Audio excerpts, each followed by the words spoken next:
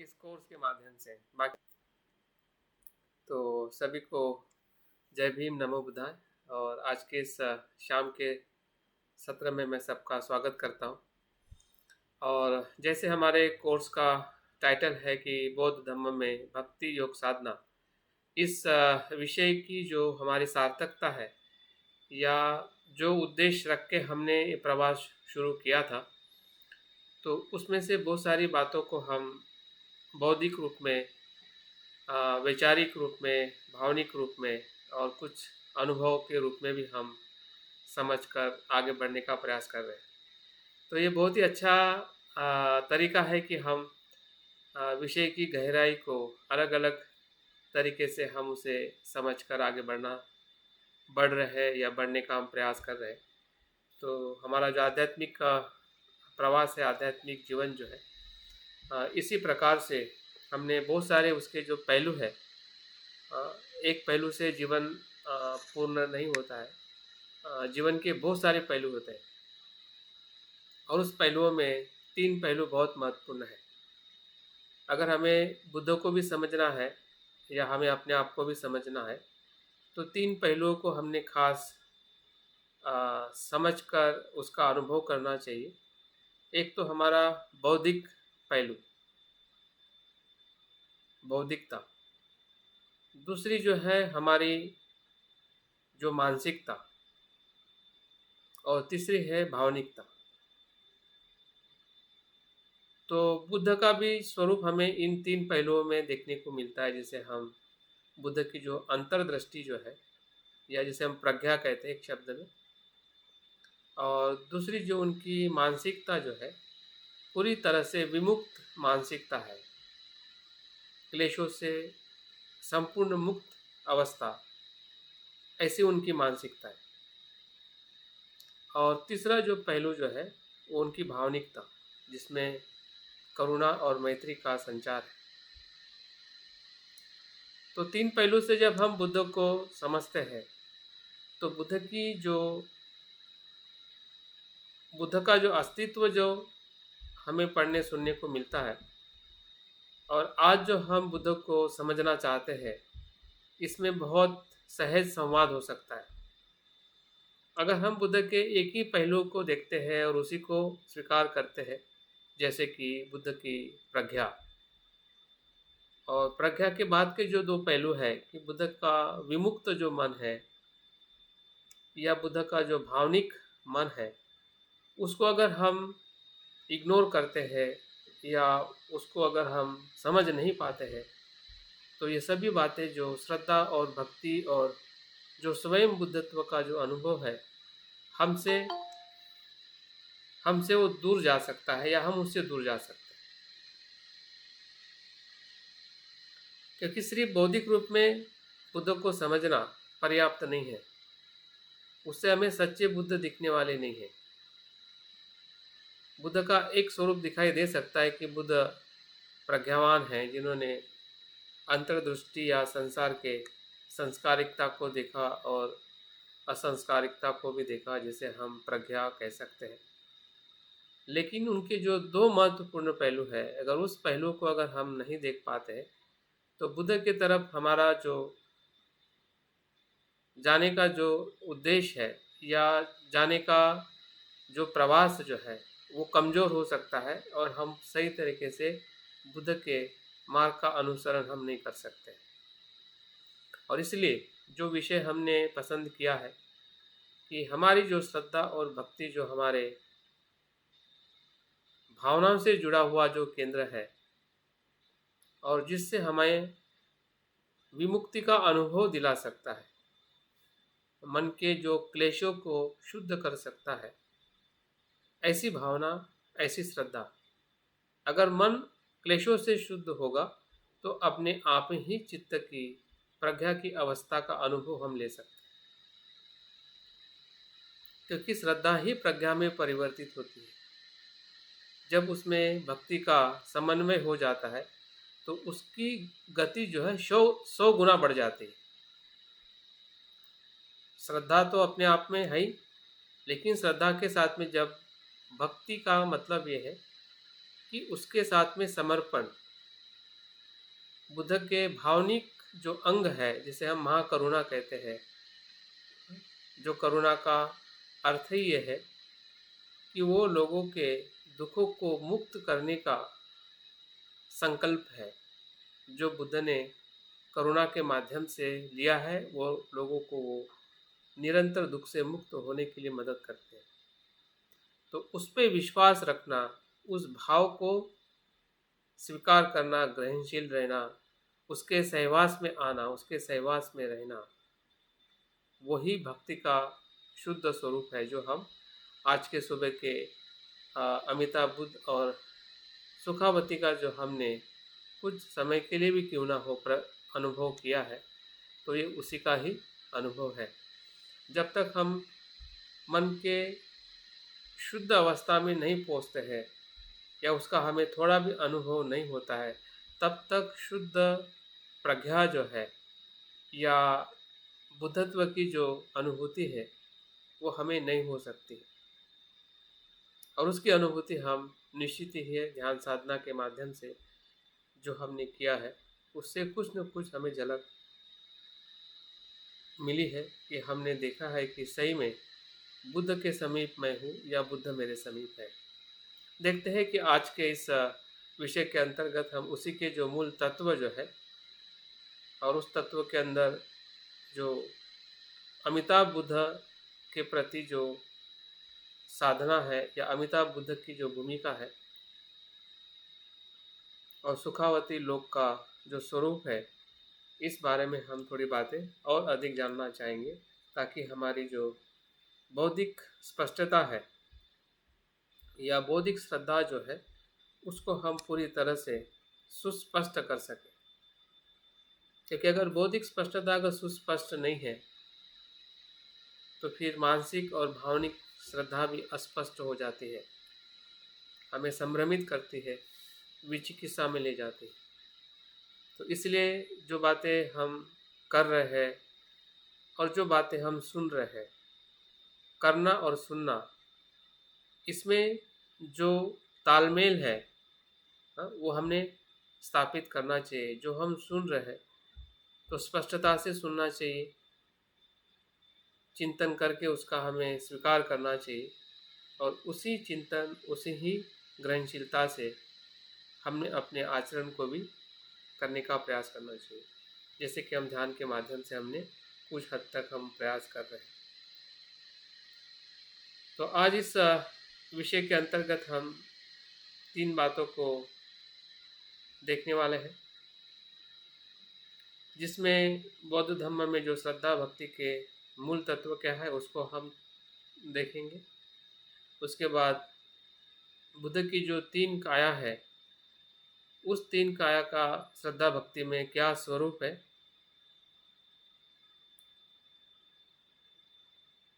और उसके बाद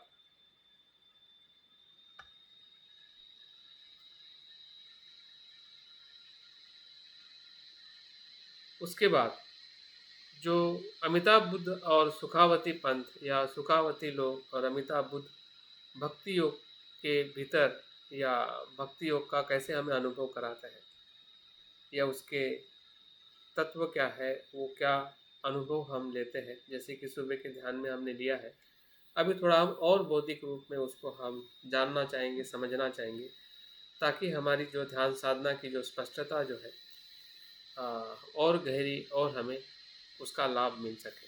तो 3 उद्देश्य को लेके आज थोड़ा हम अभ्यास करने वाले हैं। तो पहले उद्देश्य को लेके हम थोड़ी बातें करते हैं, जिसमें हम देख सकते हैं कि हमारा जो अस्तित्व जो है,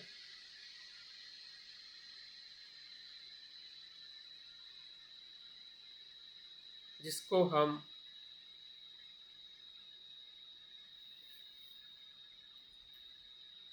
हम अपने जीवन का आधार मान के चलते हैं।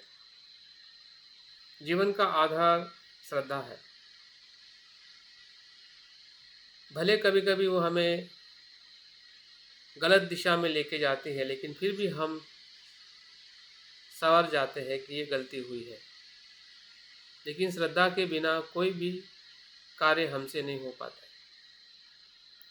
अगर उदाहरण के तौर पे अगर हम देखें कि जिस माता पिता को हम माता पिता कहते हैं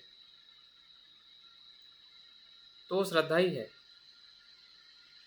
क्योंकि हमने नहीं देखा कि वो हमारे माता पिता है या नहीं है, लेकिन हमें बताया जाता है, हम सुनते हैं कि मेरी माता है, मेरे पिता है, और उस सत्यता को हम ग्रहण करते हैं कि मेरे माता है, मेरा पिता है, मेरी बहन है, ये मेरे रिश्तेदार है। तो श्रद्धा हर जगह पे जहाँ से भी हमारा उद्भव हुआ है और जो भी हम कर्म करते हैं, कुशल या अकुशल, भले कभी कभी हम श्रद्धा से बुरा भी कर देते हैं, लेकिन हमें पता चल जाता है कि ये बुरा हुआ है। और श्रद्धा का दूसरा नाम ही है जीवन की जो समस्या को समझना ही श्रद्धा है, और इसलिए दुखों से निर्माण होती है, इसका हमें पूरी तरह से अनुभव है। और दुख का नाम ही समस्या है, दुख का नाम ही तकलीफ है, दुख का नाम ही गलतियां है। गलतियां है तभी तो दुख होता है। अगर हमसे गलती ही ना हो, अगर हम अकुशल ही ना करें, तो फिर श्रद्धा किस काम की। अकुशलता होगी, बुराई होगी, और उन सभी बुराई के दुखों से ही हमें उस बुराई से मुक्त होने का हमें मार्ग मिलेगा या मार्ग मिलता है। और इसलिए श्रद्धा का हर जगह पे होना, यही अपने आप में हमें भक्ति की तरफ हमें लेके जाता है। और बुद्ध की अगर हम पूरी शिक्षा का, उनके जीवन में जो उन्होंने आचरण किया है, उस आचरण में और उनके अभिव्यक्ति में दोनों जगह पे श्रद्धा महत्वपूर्ण है। अगर हम गुरु त्याग की बात करें तो बुद्ध के पास में जितनी श्रद्धा थी, प्रज्ञा से भी ज़्यादा श्रद्धा थी। तब तो पूरे प्रज्ञावान नहीं थे जब उन्होंने गृह त्याग किया। प्रज्ञा तो थी, उनको चिंतन था, अनुभव था, प्रज्ञा नहीं थी ऐसा नहीं कह सकते हैं। अगर हम उसका प्रमाण देखें कि श्रद्धा ज़्यादा थी या प्रज्ञा ज़्यादा थी जब सिद्धार्थ ने गृह त्याग किया था, या बुद्धत्व तक किसका प्रमाण ज़्यादा था, प्रज्ञा का या श्रद्धा का या उनके समर्पण का। तो इससे हमें पता चलता है कि बुद्ध की बुद्धत्व में जो सबसे बड़ी अगर ताकत कहीं रही होगी, उन्होंने भी गलतियाँ की। अभी गलतियाँ क्या की, वो बुद्ध के जीवन को हम देखते हैं। बुद्धत्व के पहले उनसे जो गलतियाँ हुई वो स्वयं ही बताते हैं कि वो जिस मार्ग पे चले, जिस शिक्षक के पास गए, तो उस शिक्षा से भी उन्हें संपूर्णता प्राप्त नहीं हुई। जब उन्होंने 6 साल का तपस्या की और तब पता चला कि ये मार्ग भी बुद्धत्व का मार्ग नहीं है, तो उस मार्ग का भी उन्होंने त्याग किया। गलतियाँ का मतलब ये नहीं कि अकुशल कर्म करना, कुशल कर्म में भी हमारी गलतियाँ होती है। जैसे कि हम दान देते हैं, हमारा कुशल कर्म है, लेकिन दान देते देते हमें ये भूल जाते हैं कि अनासक्त होकर दान देना है। हम आसक्ति से, अपेक्षा से दान देते रहते हैं और कहते हैं कि हम कुशल कर्म कर रहे हैं, लेकिन हमें कुछ समय के बाद पता चल जाता है, क्योंकि हमारी श्रद्धा जो है वो शुद्ध होने लगती है, और उस श्रद्धा के साथ हमारी जो गलतियाँ जो है हमें समझ में आने लगती है, और वही गलतियाँ हमें फिर प्रज्ञा की तरफ, जागृति की तरफ, अनासक्ति की तरफ ले जाती है। तो ऐसा कोई कार्य नहीं है कि जहाँ पे हम श्रद्धा को नहीं देख पाते हैं। और इसी प्रकार से जब हम बुद्ध के शिक्षा में ही अगर हम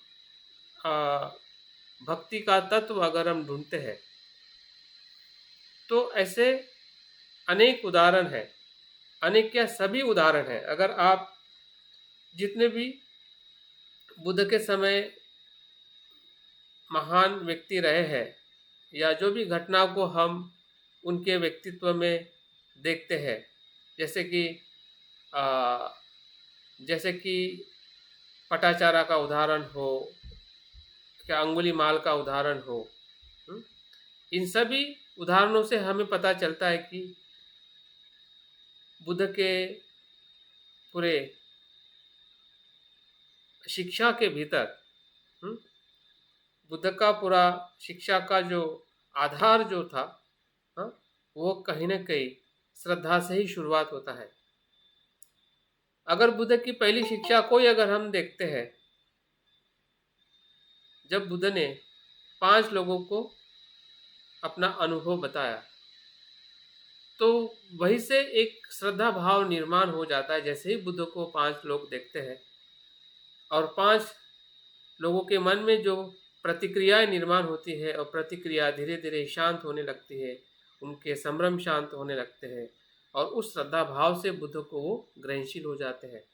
आप सोचिए कि अगर उस समय वो व्यक्ति में श्रद्धा भाव निर्माण बुद्ध नहीं कर पाते, बुद्ध का अगर वैसा व्यक्तित्व नहीं होता, तो शायद बुद्ध के प्रति वो श्रद्धावान नहीं होते और वो अपनी बात नहीं कर पाते या वो सुन नहीं पाते। बुद्धत्व के अगर हम संघ की स्थापना की बात करते हैं, तो बुद्ध के संघ में आने वाला कोई भी व्यक्ति, कोई भी अरहंत हो या उपासक हो, उपासिका हो, उसकी शुरुआत ही बुद्धं शरणं गच्छामि से होती है। तो बुद्धं शरणं गच्छामि ही अपने आप में भक्ति का तत्व है। बुद्ध कहते हैं कि नत्थि में शरणं अय्यम बुद्धो में शरणं वरण एतेन सच्च वज्जनम होतु में जय मंगल। बुद्ध कहते हैं कि जो बाह्य शरण है, जैसे कि पृथ्वी है, पहाड़ है, पेड़ है, या ऐसे जो भी भौतिक रूप में जो लोग अपने आप को दुख से मुक्त करने के लिए उनकी शरण जाते हैं, तो वो शरण कभी भी किसी भी मनुष्य को सुरक्षित नहीं करता है। और तब जाके कहते हैं बुद्ध की शरण में आके ही मनुष्य सुखी, सुरक्षित और दुख से मुक्त हो सकता है, न कि अन्य शरणों से। तो ये भी तत्व कहीं ना कहीं उस बुद्ध के प्रति, या बुद्ध स्वयं भी जो अपनी करुणा से जो लोगों को कहते हैं कि सच्चा शरण क्या है, सच्चा समर्पण क्या है, सच्ची श्रद्धा क्या है, तो फिर वो अरंत बनने वाला व्यक्ति हो, वो भी बुद्धं शरणं गच्छामि कहता है। और जो उपासक या उपासिका भी जो हो बुद्ध के जब समीप आते हैं, तो वो बुद्धं शरणं गच्छामि कहते हैं। तो बुद्धं शरणं गच्छामि का ही भक्ति का, श्रद्धा का अगर हम देखते कि बुद्ध के समय से ही ये चलते आ रहा हुआ ये तत्व है, जिसको हम आज आ, आज के परिप्रेक्ष्य में, या अगर हम महायान के परिप्रेक्ष्य में जब हम देखते हैं कि वो उसी के ही रूप का वो रूपांतरण है। हम कोई ऐसी नई बात जो बुद्ध वचनों से विपरीत है या बुद्ध से जुड़ी हुई नहीं है, ऐसी किसी भी शिक्षा का हम अध्ययन नहीं कर रहे हैं, और जो भी अध्ययन कर रहे हैं जिससे हम बुद्ध के और समीप जा सकते हैं। बुद्ध के प्रति जो भक्ति जो है, यही शरणागति है, और इसकी शुरुआत हमने बुद्ध के अस्तित्व से ही होते हुए हम देख पा रहे हैं।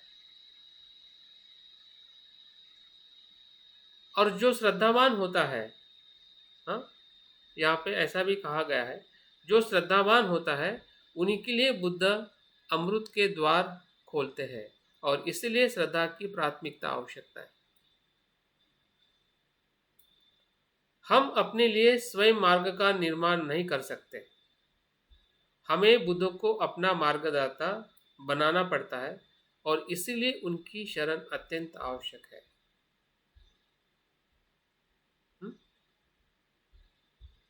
इसलिए बुद्ध की शरण अत्यंत आवश्यक है। हम स्वयं के लिए नाव नहीं बना सकते, हम स्वयं के लिए मार्ग नहीं खोज सकते, वो हमारी क्षमता नहीं है। बुद्ध ने उस मार्ग की खोज की है, और वो मार्गदाता के रूप में हमें जो धम्म बताते हैं या हम ग्रहण करते हैं, तो वही ग्रहण करना ही श्रद्धा का अनुसरण है, भक्ति का अनुसरण है, जो हमें बुद्ध के समीप ले जाता है। जिस स्थिति में हम हैं उसके लिए किसी परम कारुणिक पराशक्ति की शरण में जाना हमारे लिए अनिवार्य है। भक्ति, भक्तिमान होना शब्द ये जो है भारत में या भारत के साहित्य में पहली बार पाली गाथा या पाली साहित्य में थेर गाथा में उसका उपयोग किया गया है या उसका वर्णन किया गया है। तो भक्ति या भक्तिमान ये शब्द जो है ये किसी हिंदू वैदिक ब्राह्मण धर्म का नहीं है। बौद्ध के ही साहित्य में जो थेर गाथा है उसमें ही ये भक्तिमान ये शब्द आया हुआ है कि बुद्ध के प्रति उस भिक्षु की कितनी भक्ति थी कि जो बुद्ध के करुणा से जो उन्होंने धम्म सुना था जिससे वो अरहंत हुए, जीवन मुक्त हुए। ऐसे सभी भिक्षु का अगर हम पूरे उस तत्व को अगर हम ढूंढते हैं तो हमें उनके वचनों में या उनके अनुभव में हमें इस तत्व की ज़रूर खोज मिलेगी कि जिसे हम श्रद्धा और भक्ति का उनका अनुभव या उनका जो अनुसरण जो था बुद्ध को एक गुरु, एक पिता, एक मार्गदाता के रूप में और उनके दुख मुक्त करने के रूप में उन्होंने बुद्ध को देखा है। तो इस प्रकार से बुद्ध की जो मूल शिक्षा में ही हमें इसका पूरा आधार मिलता है और मैं इसलिए बार बार ये बताने का प्रयास कर रहा हूँ क्योंकि हमारा जो भक्ति का जो प्रवास जो है वो बहुत लंबा है। बहुत लंबा मतलब बहुत सारी बातें हमें उस मार्ग से सीखनी है।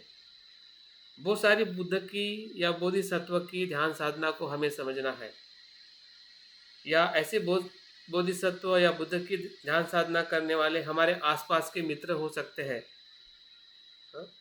अगर उस मित्र के ध्यान साधना को अगर हम देख रहे हो और हम स्पष्ट नहीं है तो उसको हम मदद नहीं कर सकते क्योंकि हमें ये पता नहीं है कि ऐसा भी ध्यान साधना का जो हमारे सामने जो एक बनते संघरक्षी जी ने या त्रिरत्न बौद्ध महासंघ के माध्यम से जो हमें एक अभ्यास करने की साधना करने की जो हमें संधि मिल रही है या मिलने वाली है तो उसके प्रति अगर हम अस्पष्ट है। मैं खुद ही अपने आप को देखता हूँ कि जब मैं ब्रह्मचारी बना था और कुछ मेरे पास में स्पष्टता थी और कुछ नहीं थी। अभी कुछ थी उसके अनुसार मैंने साधना को देखा, समझा और मैं करने का प्रयास किया। ऐसे ही हमारे बहुत सारे ऑर्डर मेंबर हैं। आप भी जब ऑर्डर मेंबर बनोगे तो आपके पास में भी कुछ स्पष्टता होगी, कुछ नहीं होगी और उस अस्पष्टता से जब हम कोई भी साधना करते हैं तो उसका परिणाम भी हमें अस्पष्ट ही मिलता है। भले वो कितने भी पावरफुल हो, है तो अपने आप में बहुत पावरफुल, लेकिन उस पावर का हमारे पे कुछ भी असर नहीं होता है या हम वैसा बनने का अनुभव नहीं कर पाते जो ध्यान साधना के माध्यम से हमें वो सिखाया जाता है। तो इसका कारण यही है कि कहीं न कहीं उसके जो मूल स्वरूप में जो बुद्ध वचनों में या बुद्ध के उपदेशों में या बुद्ध के संवाद में वो चीज़ें हमें नहीं के बराबर हमें पढ़ने में आती है या हम उसको समझ नहीं पाते हैं कि सही में भक्ति श्रद्धा का जो महायान परंपरा में या वज्रयान में जो कुछ भी उसका एक हमें एक विकसित स्वरूप मिलता है, विविध स्वरूप मिलता है कि जो मन उसे स्वीकार करने के लिए भी तैयार नहीं होता। इतनी विविधता हमें दिखाई देती है, इतनी सखोलता दिखाई देती है कि कभी कभी हमें अपनी भावनाओं को वो शब्द या वो कल्पना भी स्वीकार नहीं कर पाते हैं। क्यों नहीं कर पाते? क्योंकि हम बहुत अपनी भावनाओं को दबाए हुए हैं, हम डरे हुए हैं, बिखरे हुए हमारी भावनाओं से। हम हमेशा चिंतित रहते हैं कि ये करने से कहीं हम उधर तो नहीं चले जाएंगे, वो तो नहीं हो जाएगा, लोग क्या कहेंगे, मुझे क्या लगता है। तो इसी ही संभ्रम में हमारी जो बुद्धत्व की जो शुद्ध भावना जो है, जो हम अन्य बौद्ध लोगों में देखते हैं, मतलब भारत के बाहर के जो बौद्ध लोग हैं जैसे कि तिब्बतियन है या इवन श्रीलंकन थेरवादी है, तो उनमें जो तेज दिखाई देता है, उनके जीवन में एक सुकून दिखाई देता है, उनके जीवन में एक सहजता दिखाई देती है बुद्ध के प्रति, वो हमारे में क्यों दिखाई नहीं दे पाती, या कब दिखेगी और कैसे दिखेगी? ये तभी संभव है कि जब हम कितने भी बुद्धिशाली हैं, कितने भी विद्वान हैं, अच्छी बात है, होना चाहिए, लेकिन उस विद्वान होने के साथ, उस बुद्धिमत्ता के होने के साथ, अगर भावनाओं का रुकाव है, दबाव है, अस्पष्ट है, तो वो व्यक्ति कभी भी समाज में या धर्म में इतना वो कल्याणकारी कार्य नहीं कर सकता है। और कहीं ना कहीं हम भी उस भावनाओं में दबे हुए हैं, क्योंकि श्रद्धा, अंधश्रद्धा, बुद्ध भक्ति, ईश्वर भक्ति, हाँ, इसका जो फर्क जो है, कहने के लिए बहुत लंबा फर्क है, लेकिन भावनाओं को लगता है कि बहुत ही पास का फर्क है। वो दोनों भी अलग अलग है। ईश्वर भक्ति और बुद्ध भक्ति एक दूसरे से विरुद्ध में है, बौद्धिक तौर पे और उसके पूरे अनुभव के तौर पे। लेकिन सभ्यता, कल्चर और जो कुछ भी हम जिस संस्कारों से आए हैं, जिस संस्कारों में हम सुनते हैं, रहते हैं, तो लगता है कि बहुत ही पास में है। और इसके वजह से हमारी जो भावनाएं जो है बुद्ध के प्रति कहीं ना कहीं समर्पित नहीं हो पाती है, और समर्पण नहीं होने की वजह से हमारा जो बुद्धत्व का जो विकास है, या बुद्धत्व का स्वभाव जो है, वो खिलते हुए भी खिल नहीं पाता है। खिलने की कोशिश तो करता है, लेकिन हम उसको खिलने ही नहीं देते हैं। उस स्वभाव को हम ऊपर उठने नहीं देते हैं। कहीं न कहीं दूसरी लहर, या उसमें कुछ न कुछ हमारे शंकास्पद या कुछ न कुछ भ्रम हमारे मन में निर्माण हो जाते हैं, और हम उससे भटक जाते हैं। और इसलिए मैं, या इस विषय के माध्यम से मैं आपके बीच में वो बातें रखना चाहता हूँ कि जिस भक्ति, या जिस अमिताभ बुद्ध की या सुखावती की जो हम बात कर रहे हैं, ये बुद्ध के ही वचनों से आधार रखते हुए उसका वो विकसित स्वरूप है, इतना ही फर्क है। वो आया वहीं से है, वो कहीं दूसरे सोर्स से नहीं आया है, दूसरा कोई उसका मूल नहीं है। हाँ, अगर हम नहीं जानते हैं तो हमें लग सकता है कि इसका दूसरा मूल हो सकता है, लेकिन उसका दूसरा मूल नहीं है, बुद्ध वचनों का ही वहीं से आया हुआ वो विकसित स्वरूप है। और इसलिए हमें उसको विकसित स्वरूप जो है, जो हमारे आज के मनुष्य के लिए बहुत ही महत्वपूर्ण है, इतना महत्वपूर्ण है कि उसके सिवा हम बुद्धत्व को अनुभव ही नहीं कर सकते। शाक्यमुनि बुद्ध जो है, वो हमें बुद्धत्व का अनुभव नहीं करा सकते।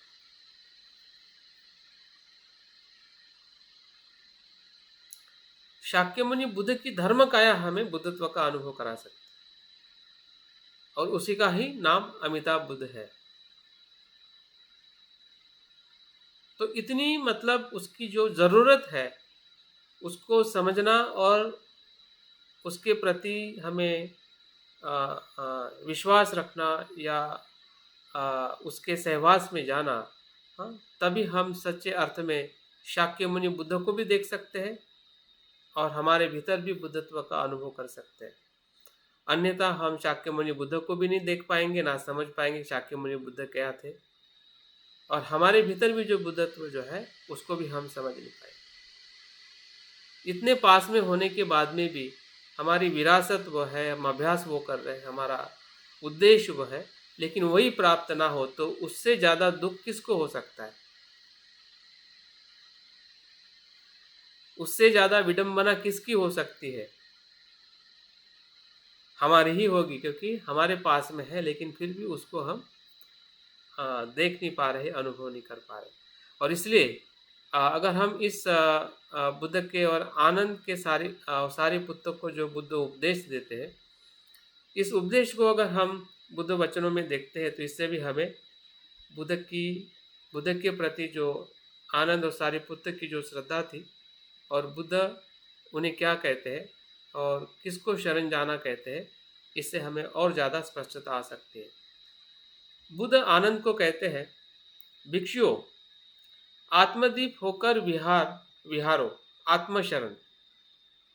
तो इस प्रकार आत्मदीप और आत्मशरण होकर विहार ही वो तरनी है जो बुद्ध ने अपने तरने के लिए बनाई थी, और यही वो शरण है जिसके बारे में उन्होंने अपने शिष्यों से अपने परिनिर्वाण के समय कहा, अपनी शरण बना लीजिए।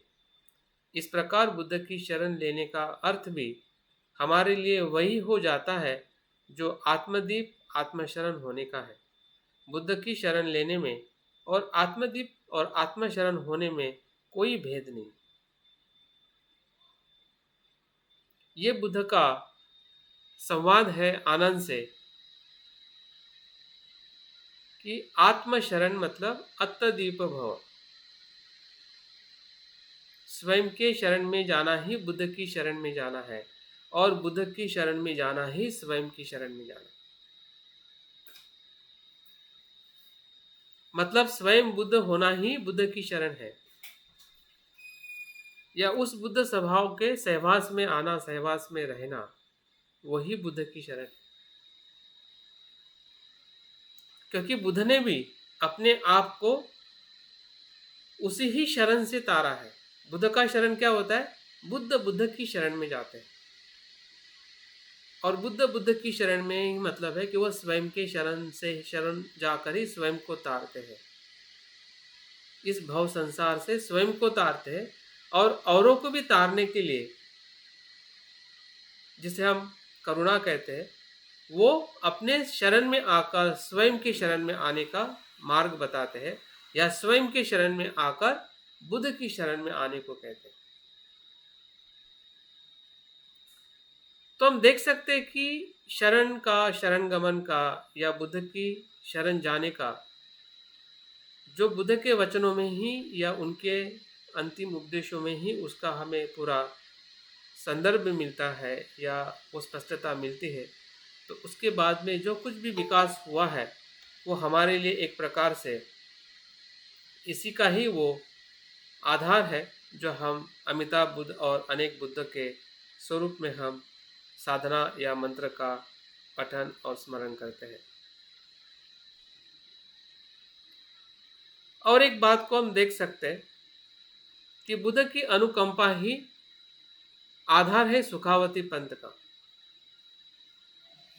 अभी हम थोड़ा और समीप जाते हैं कि सुखावती पंथ या सुखावती लोक जो है, सुखावती की जो अनुभूति जो हमने सुबह के ध्यान में ली है, या हमें सुखावती का अगर अनुभव करना है, तो किस आधार पे सुखावती लोक निर्माण होता है या अमिताभ बुद्ध का हम संदर्शन करते हैं, तो है बुद्ध की अनुकंपा, जिसे हम महाकरुणा कहते हैं।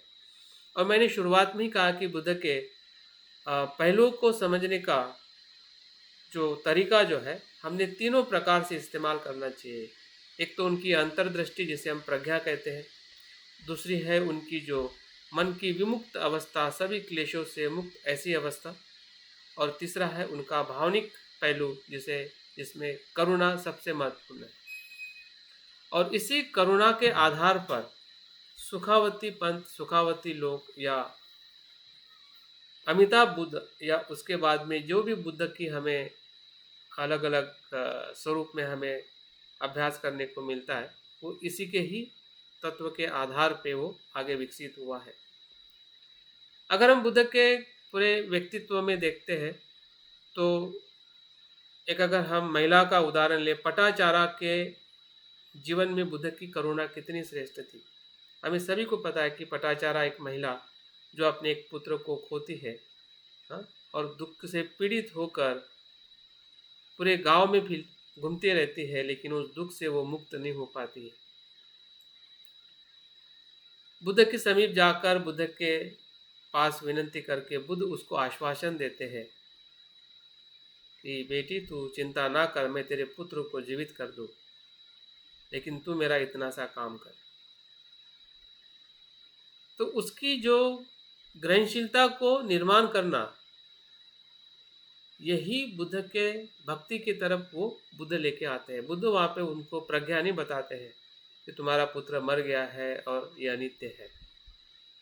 बुद्ध की अनुकंपा देखें कि मनुष्य के दुख को उस परिस्थिति में समझते जिस परिस्थिति से वो दुख निर्माण हुआ है, और उसी परिस्थिति के अनुसार जब उसे वो बुद्ध मदद करते हैं। कैसे मदद करते हैं कि इस भवसागर से ही बाहर आने की।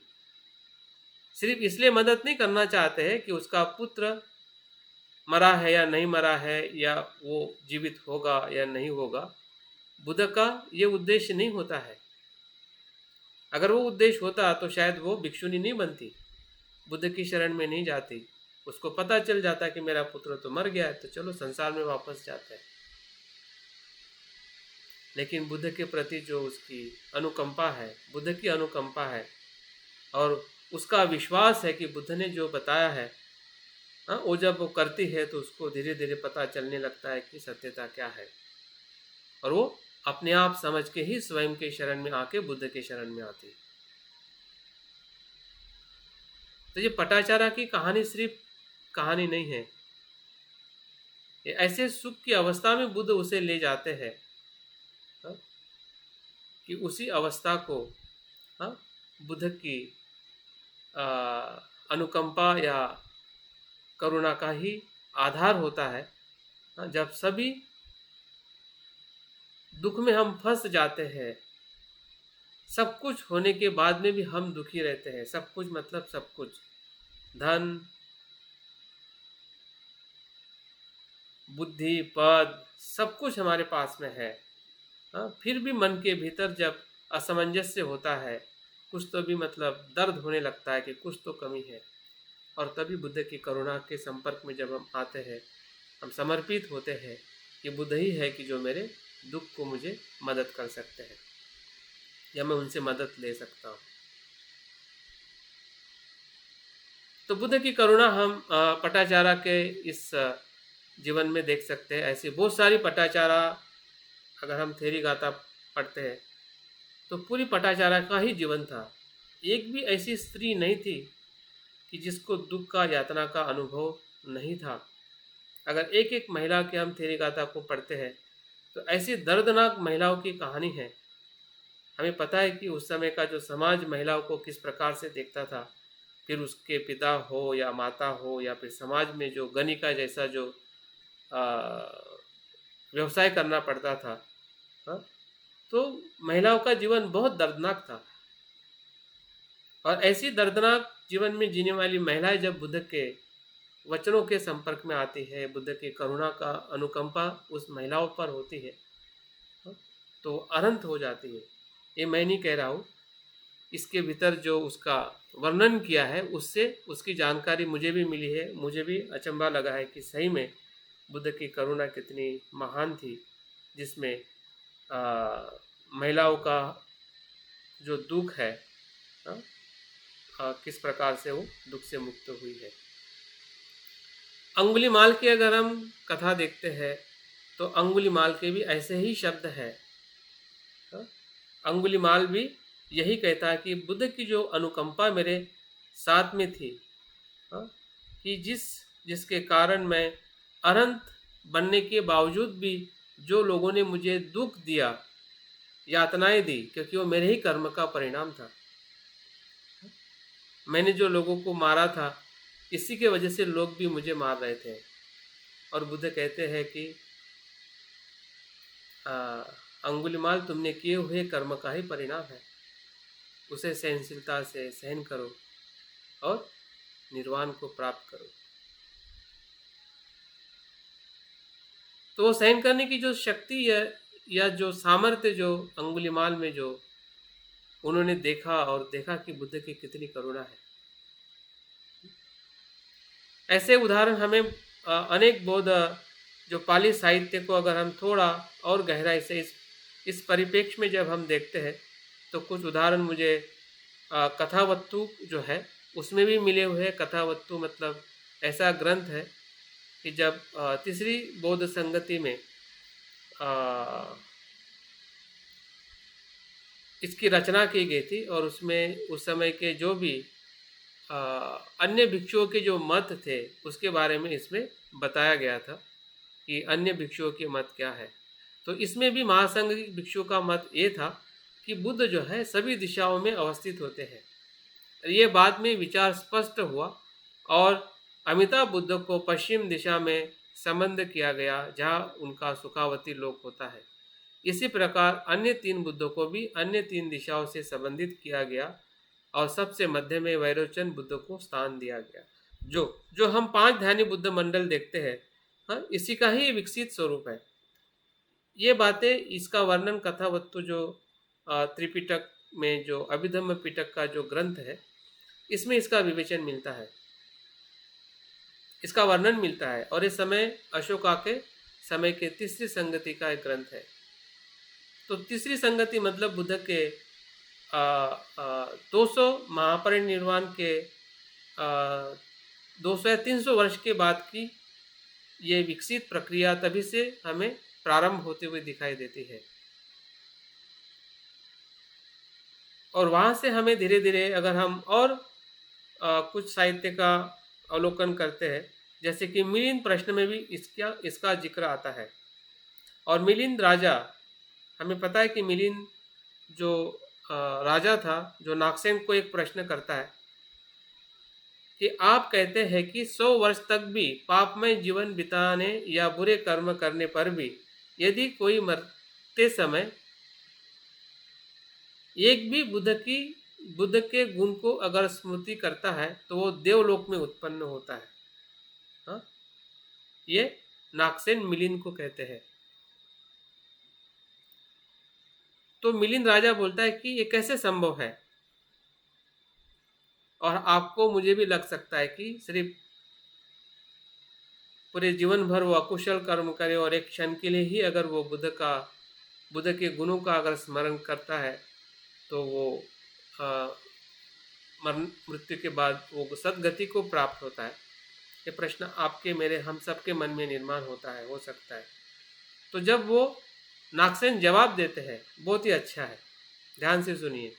जवाब ऐसा देते हैं कि महाराज आप मुझे बताइए कि ये छोटे पत्थर है, बड़े पत्थर है, जो भी पत्थर है, अगर मैं नदी में डालता हूँ तो क्या वो तैरेंगे कि नीचे पानी के भीतर जाएंगे? तो नागसेन के इस जवाब को मिलिंद कहते हैं कि भंते वो तो छोटे हो या बड़े हो, हाँ? अगर पत्थर है तो वो जरूर पानी के नीचे जाएंगे, वो ऊपर तैरेंगे नहीं। तो चलो ठीक है, अभी आप मुझे महाराज बताइए कि छोटा पत्थर हो या बड़ा पत्थर हो, अगर उसको नाव में रखा जाए तो क्या वो एक दिशा से दूसरी दिशा में हम दूसरे किनारे ले जा सकते हैं?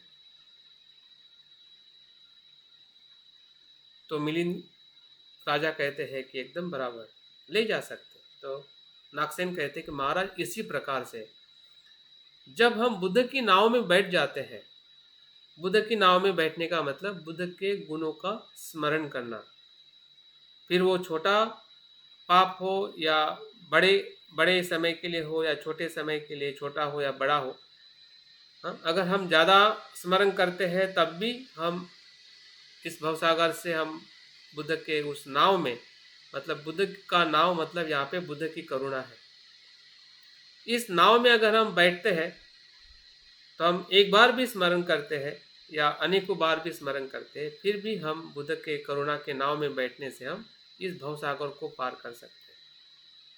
तो ये उदाहरण से वो बताते हैं, अगर आपने धम्मपद की अट्ठ कथा का कुछ संदर्भ पढ़ा है, धम्मपद के जो स्टोरीज को अगर आपने पढ़ा है, तो धम्मपद की पहली जो गाथा जो है मनोकुब्बंगा धम्मा, उसमें भी एक स्टोरी का वर्णन किया गया है कि एक व्यापारी का एक पुत्र होता है और वो व्यापारी बहुत कंजूस होता है कि अपने पुत्र के लिए कुछ भी पैसा खर्चा नहीं करता है, और उसका पुत्र भी पूरे जीवन में नशाखोरी या फिर जुआबाजी ऐसे ही पूरे जीवन भर वो करता है, कुछ भी वो अच्छा कार्य नहीं करता है।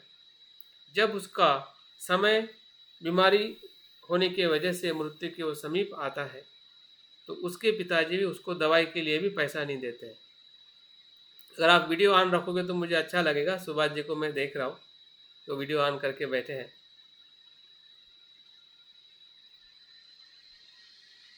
तो उसके पिताजी जो है इतने कंजूस होते हैं कि अपने मरते हुए पुत्र को भी दवाई के लिए भी पैसा नहीं देते हैं। और आखिरी समय उसका आ जाता है तो उसकी जो खटिया जो है घर के बाहर निकाल के वो दरवाजे के पास में रख देते हैं, और उसका पुत्र जो है मृत्यु की राह देखता है कि उसका मृत्यु अभी होने ही वाला है। बुद्ध जो उसी दिन में सुबह जब उनकी शुरुआत होती है तो वो करुणा चित्त से पूरे गांव को देखते हैं कि सबसे पहले मुझे किसे मदद करनी है। तो बुद्ध की करुणा चक्षु से दिखाई देता है कि ये जो व्यक्ति जो है बहुत ही दुखी है और ये मृत्यु के बहुत ही अभी समीप जाने वाला है।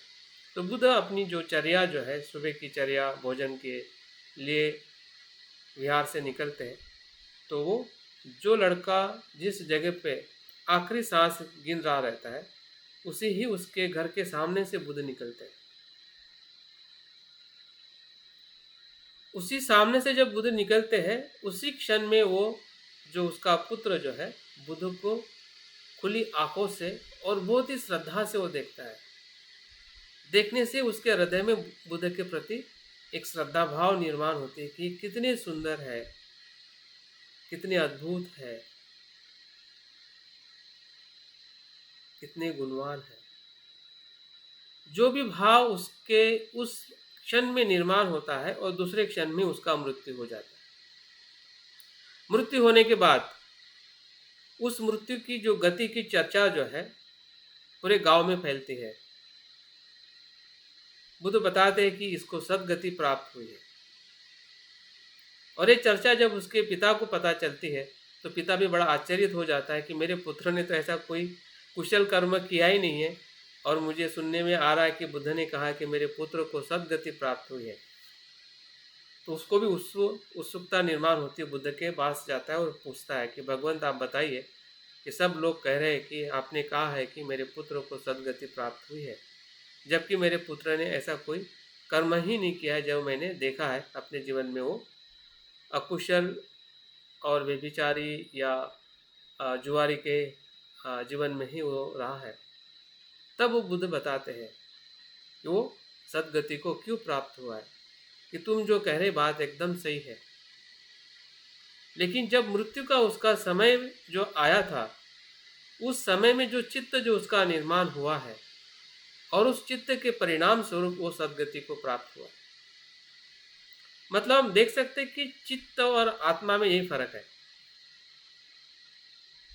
आत्मा जो होता है वो बदलता नहीं है और वो उसी के ही प्रकार से वो अपने कर्म को या अपनी जो आने वाली जो परंपरा को वैसे ही दूसरे शरीर में धारण करने का सिद्धांत वो बताते हैं। जबकि यहाँ पे चित्त के क्षण में भी मन बदलता है और वो सद्गति को भी जा सकता है या दुर्गति को भी जा सकता है। मतलब चित्त की जो परिवर्तनशीलता जो है, हाँ, वो मृत्यु के क्षण और उसके बाद में भी कंटिन्यू परिवर्तनशील रहती है। लेकिन इसका मतलब ये नहीं है कि वो सद्गति को प्राप्त होने के कारण उसके जो अकुशल कर्म का परिणाम उसको अपने जीवन में नहीं मिलेगा।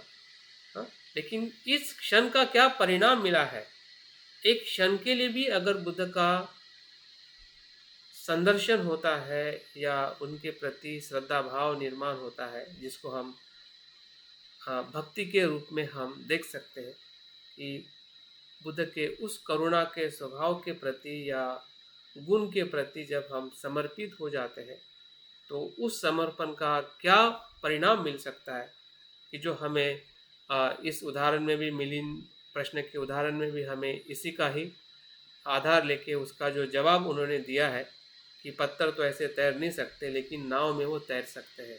एक किनारे से हम दूसरे किनारे पे वो पत्थर लेके जा सकते हैं। तो ये जो बुद्ध की जो क्षमता जो है उससे हमें संवाद करना है, उसको समझना है।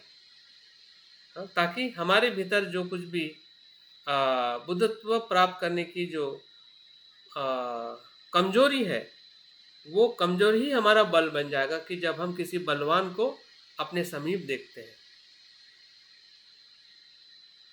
जैसे कि माता पिता के समीप अपने बच्चे जो है अपने आप को बलवान समझते हैं।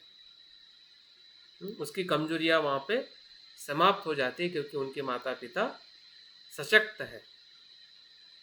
तो यही कहीं ना कहीं सांसारिक जो हमें अनुभव होता है रोज के व्यवहार में, जीवन में, तो यही आध्यात्मिक तौर पे भी हम जब बुद्ध की जो करुणा जो है या बुद्ध का जो अनुकंपा है उसको हम उदाहरणों के माध्यम से भी हमें साहित्य में या उसके बहुत सारे उदाहरण हमें मिलते हैं। सारिपुत्र का वचन बुद्ध के बारे में क्या है? हमें पता है कि सारिपुत्र महाप्रज्ञावान के तौर पे बुद्ध ने ही उसको उन्हें नामांकित किया है या उनके पद को सभी संघ में उसको उजागर किया है कि बुद्ध सबसे प्रज्ञावान भिक्षु है। लेकिन फिर भी उन प्रज्ञावान व्यक्ति की भी बुद्ध के प्रति क्या श्रद्धा थी, उसके इन्हीं शब्दों में आप ध्यान से सुने। सारिपुत्र का वचन है कि मार बल को विध्वस्त करने वाले बुद्ध में एक मन प्रसाद, शरणागति, अंजलि बांधना या प्रणाम करना मनुष्य को भव सागर से तार सकता है।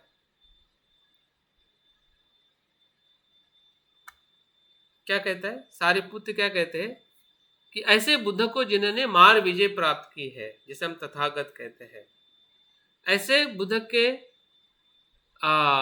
शरणागति में या हम जो शरण करते हैं, अंजलि मतलब प्रणाम करने में, अंजलि मतलब उनको साष्टांग वंदन करने में या प्रणाम करने में मनुष्य भव सागर से तार सकता है, इतनी ताकत बुद्ध में है।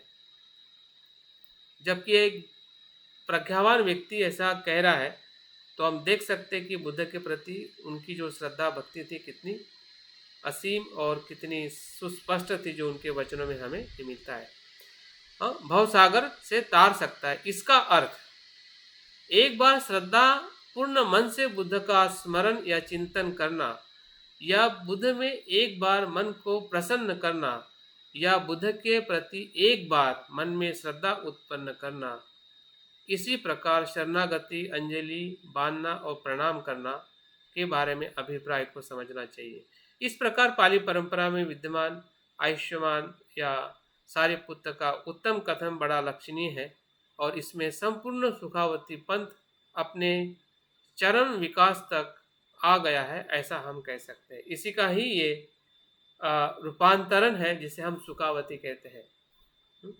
मतलब इसकी जो कनेक्टिविटी जो है, जिसे हम सुखावती या अमिताभ बुद्ध की या अन्य बुद्ध की साधना कहते हैं, तो हमें इसी जो सारिपुत्र जैसे जो भी विद्वान लोग रहे हैं या जो बुद्ध को उन्होंने जो जिस भाव से उनको बुद्ध को उन्होंने देखा है, हाँ, और उस भाव के आधार पे ही लोगों ने उसके बाद में जो भिक्षुओं ने बुद्ध को जो देखने का जो प्रयास किया होगा, तो निश्चित ही है उनके प्रयासों में उनको और किसी और वस्तुओं की ज़रूरत पड़ी होगी या और सिद्धांत और दर्शन की ज़रूरत पड़ी होगी जिससे वो बुद्ध को समझ सके और देख सके।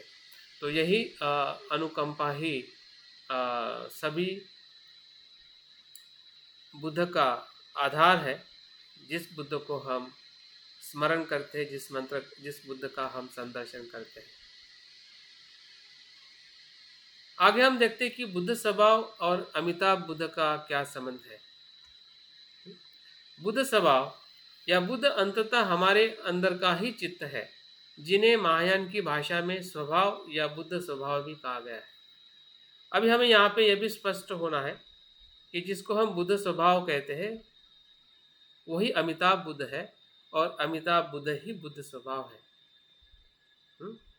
क्योंकि अंततः वो हमारे ही चित्त के भीतर है, वो हमारे ही चित्त का स्वभाव है। हाँ, उसी को ही महायान में स्वभाव कहते हैं या बुद्ध का स्वभाव कहते हैं। बुद्ध स्वभाव सब प्राणियों में समान रूप में विद्यमान है, इस बात को भी हमें समझना है या उसके प्रति हमें स्पष्ट होना है। वो सभी में विद्यमान होता है, बल्कि तथागत गर्भ के रूप में शुद्ध एवं शाश्वत भी कहा गया है। उसी को ही तथागत गर्भ भी कहते हैं। अगर आपने कभी कभी शब्द पढ़ा होगा, तथागत गर्भ है, तथता है, धर्म काया है, शाश्वत है,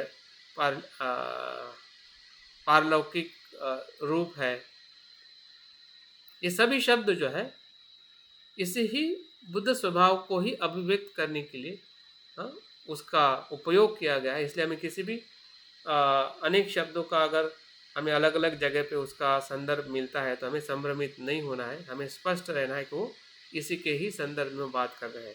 तथागत गर्भ मतलब तथागत का जहाँ पे जन्म होता है, गर्भ जहाँ पे माँ की कोख के गर्भ में बालक का या जीव का निर्माण होता है, वैसे ही तथागत गर्भ के भीतर ही बुद्ध स्वभाव है।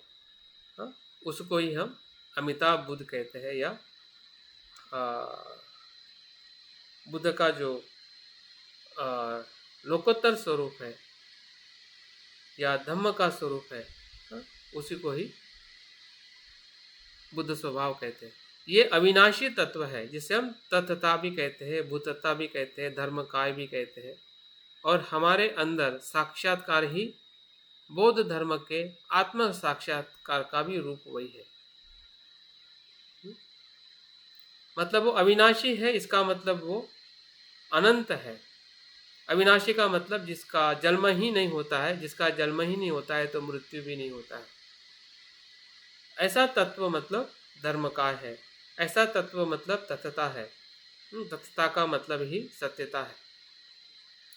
और ये हमारे अंदर साक्षात्कार ही बौद्ध धर्म में आत्म साक्षात्कार का रूप है। जब हम हमारे भीतर उसको अनुभव करते हैं, उसी ही अनुभव से ही उसको हम जान पाते हैं। मतलब अंतिमता जो हम शुरुआत से जो प्रयास कर रहे हैं या हम समझ पा रहे हैं कि अत दीप भव, बाबा साहब ने भी कहा है, 2000 साल पहले बुद्ध ने भी कहा है, और हम भी अनेकों बार उसको पढ़ते हैं। ये इसी का ही वो विकसित स्वरूप है कि अत दीप भव को हम कैसे अनुभव करें। सिर्फ कहने मात्र से हम अत दीप भव नहीं हो सकते,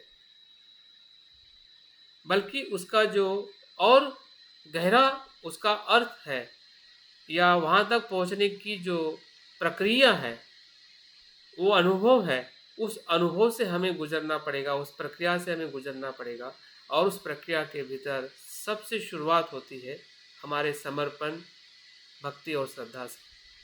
अगर वहाँ से हम नहीं गुजरते हैं, अगर बौद्धिक रूप में ही हम कहते हैं कि नहीं अत दीप भव तो मैं समझ रहा हूँ, मैं कर रहा हूँ, लेकिन वो करना, वो समझना कहीं ना कहीं ऐसा ना हो कि बैल वो चक्कर लगाते रहता है और कहता है कि वो कर्म कर रहा है, लेकिन वो चक्कर लगा के सिर्फ तेल निकाल रहा है, लेकिन उसके कर्म जो है गतिशील नहीं है।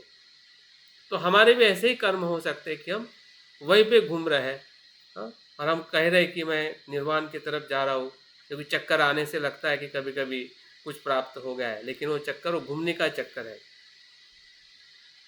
ऊपर उठने का नहीं।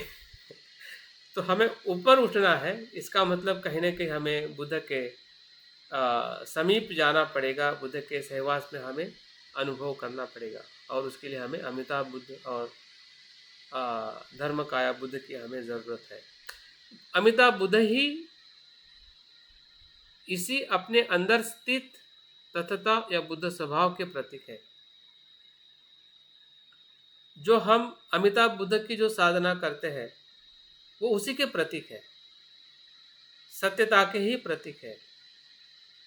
प्रतीक के रूप में हम जब अमिताभ बुद्ध को देखते हैं तो उस स्वभाव को हम अनुभव करने लगते हैं।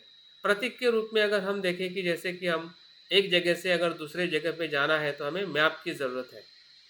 अगर मैप नहीं है, अगर मैप पढ़ना नहीं आ रहा है, अगर हमारे पास में मैप नहीं है, तो हम उस जगह पे नहीं जा सकते जिस जगह पे हम जाना चाहते हैं।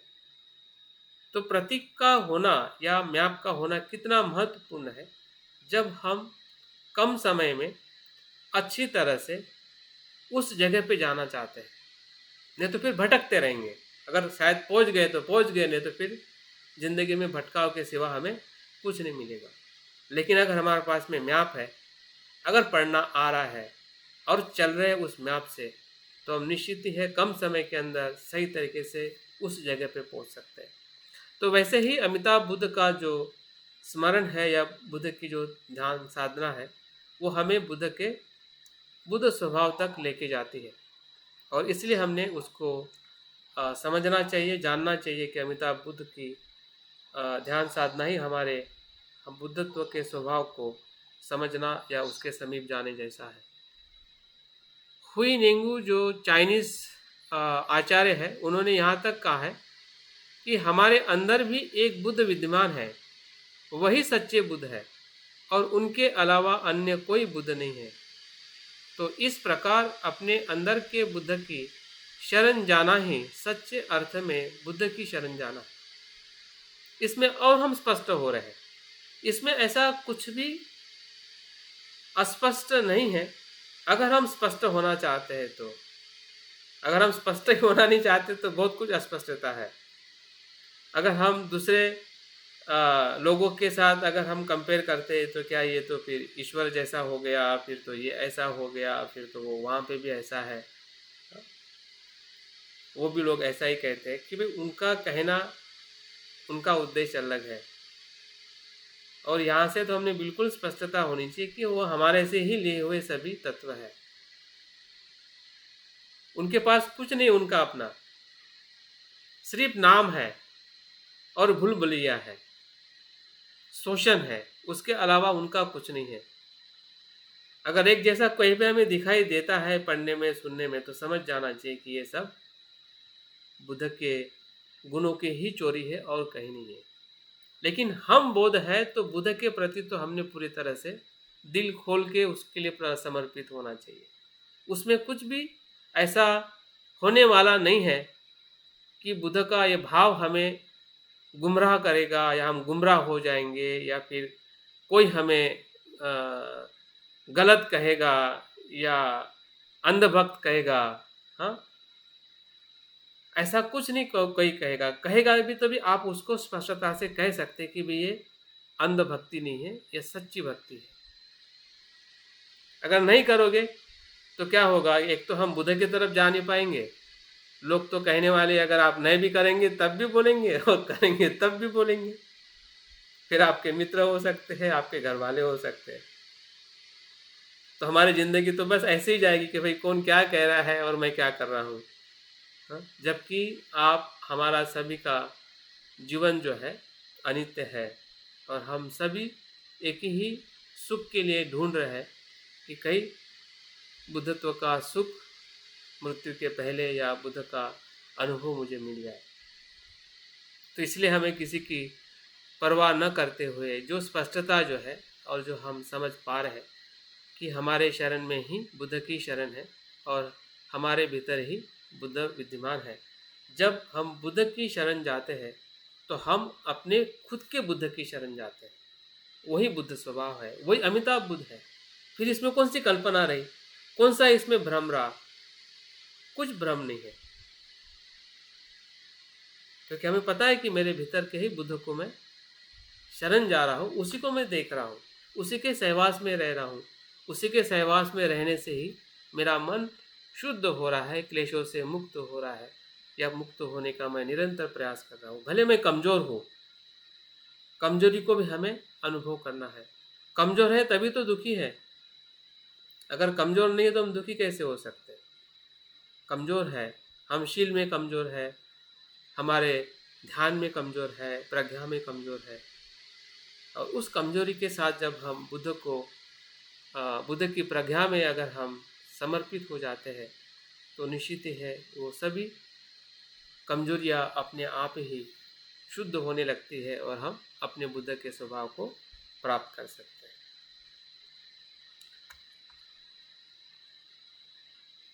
और इसलिए कहा गया है कि शरणागति और श्रद्धा जो है यही सबसे महत्वपूर्ण तत्व जो है वो श्रद्धा का है।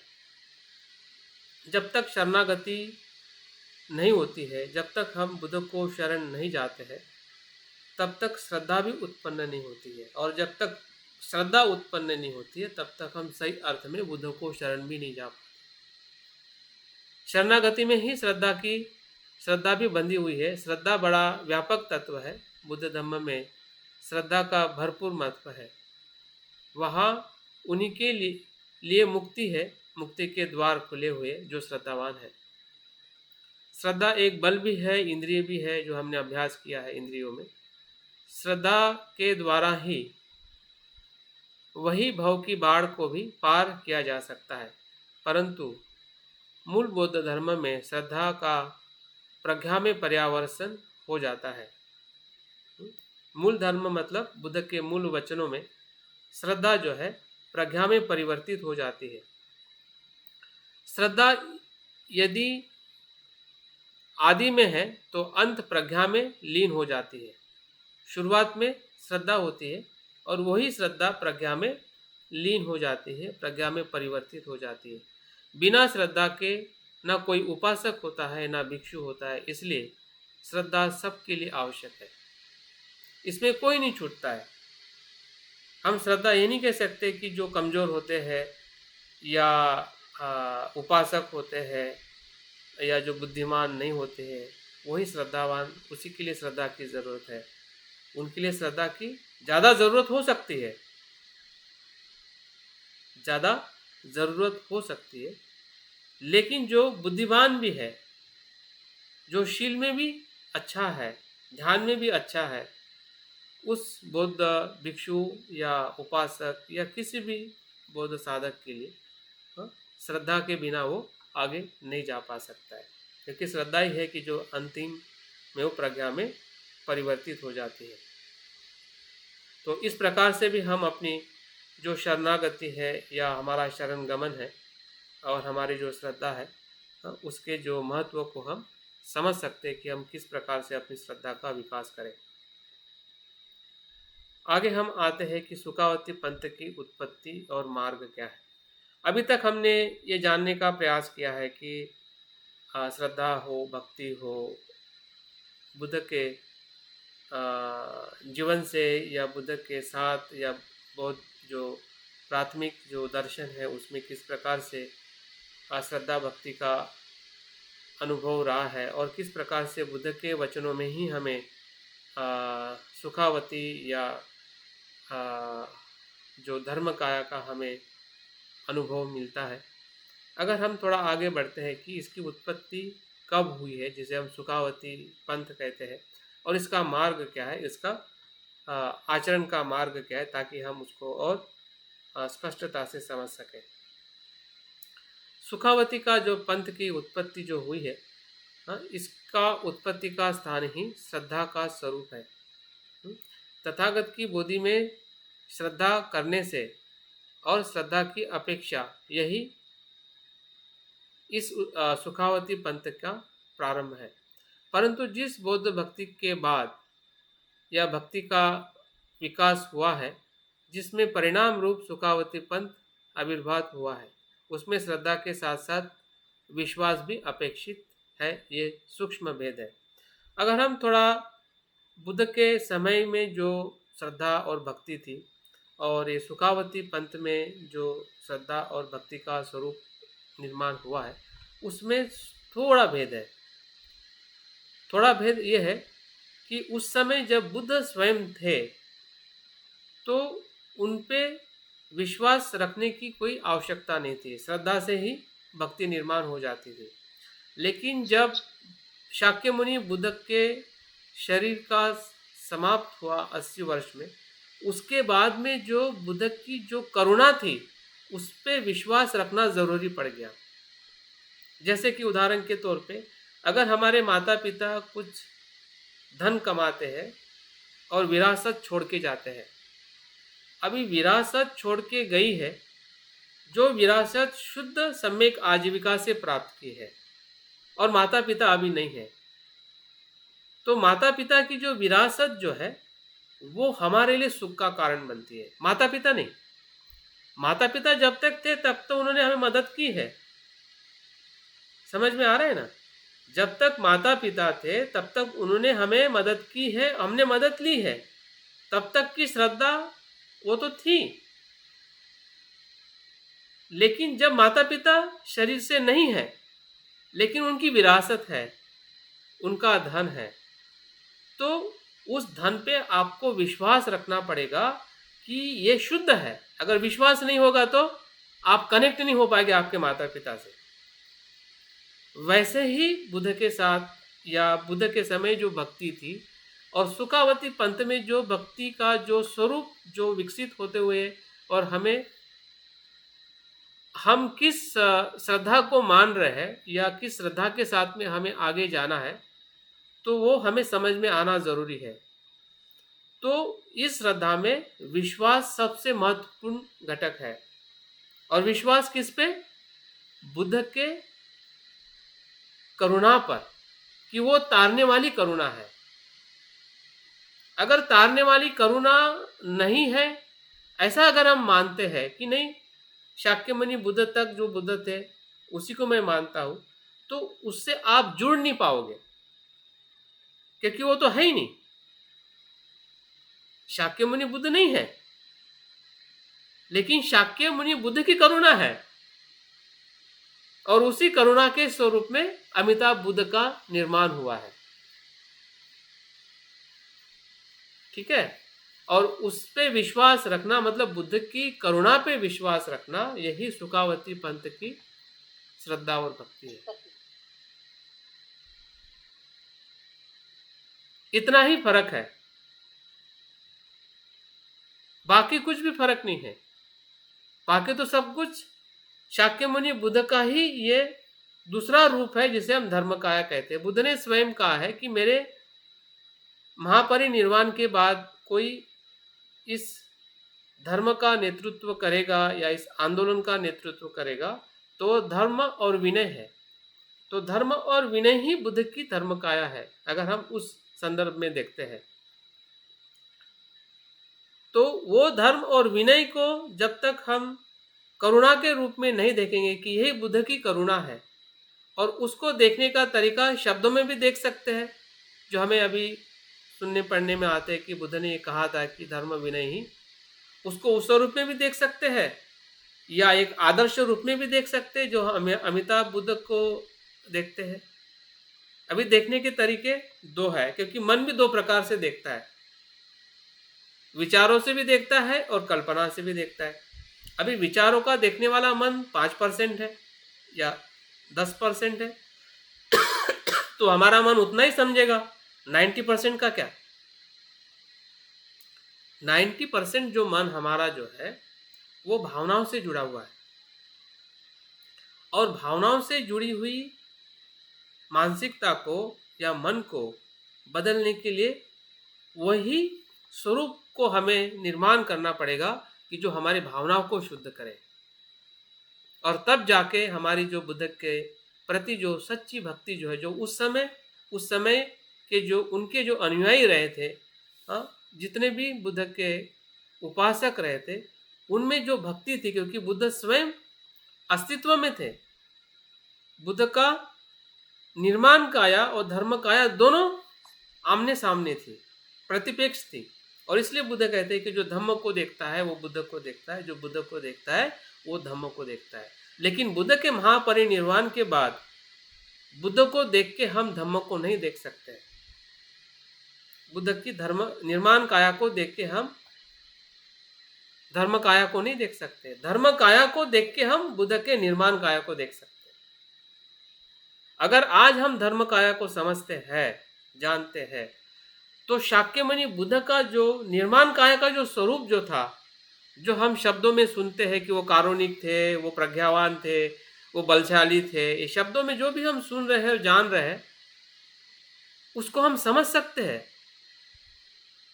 उसका हम अनुभव ले सकते कि हाँ, ये बुद्ध का निर्माण काया का स्वरूप मैं समझ पा रहा हूँ। लेकिन वो तभी संभव है कि जब हम बुद्ध के धर्म काया के स्वरूप को समझते हैं। और इसलिए उसकी जो जरूरत जो बुद्ध के महापरिनिर्वाण के बाद जो पड़ी, और जिन भिक्षुओं ने वो समझा, उसी से दो भेद पड़ने लगे, जिसे हम कह सकते थेरवाद और दूसरा कह सकते माया।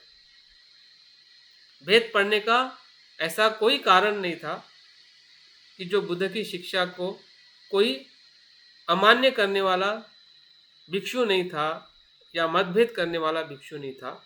जो मतभेद की जो दूरी बड़ी है वो इसी भाव से बड़ी है कि जो थेरवादी परंपराएं सिर्फ बुद्ध के निर्माण काया तक ही ज़्यादा, और बुद्ध ने जो शब्दों में कहा है उसी तक वो सीमित थे बुद्ध के निर्माण काया धर्म काया को स्वीकार करने के लिए। लेकिन महायान परंपरा ने वो शब्दों में जो बुद्ध का जो धम्म रूप था, हाँ, उसको भावनिक रूप में, हाँ, सकारात्मक रूप में उसको मंत्र में या बुद्ध के रूपों में उन्होंने निर्माण करके लोगों के बीच में रखा, ताकि वो उसका अनुभव करके उस निर्माण काया को शाक्य मुनि बुद्ध का भी वो साक्षात्कार कर सके।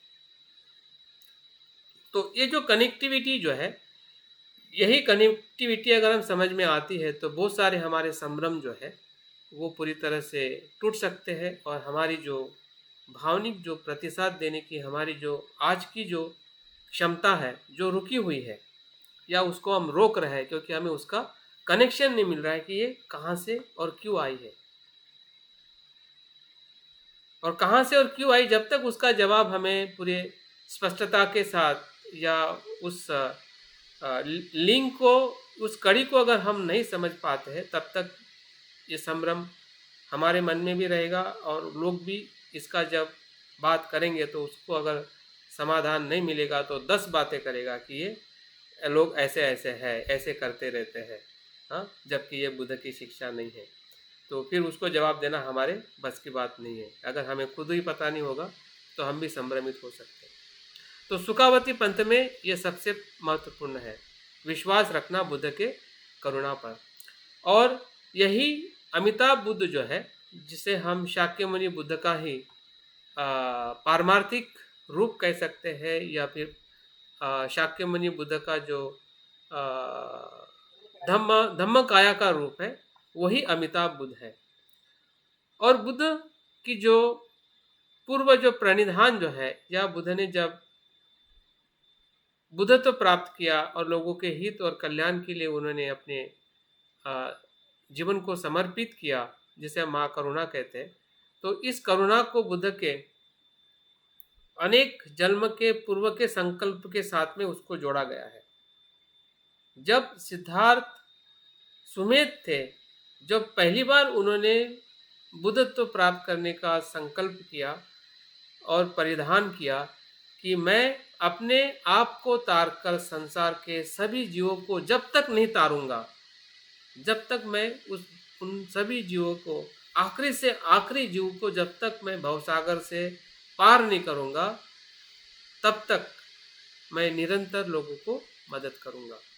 ये जो प्रणिधान जो है बोधिसत्व का, वही प्रणिधान जो है शाक्य मुनि बुद्ध का धर्म निर्माण काया समाप्त होने के बाद वो धर्म काया में परिवर्तित हुआ है।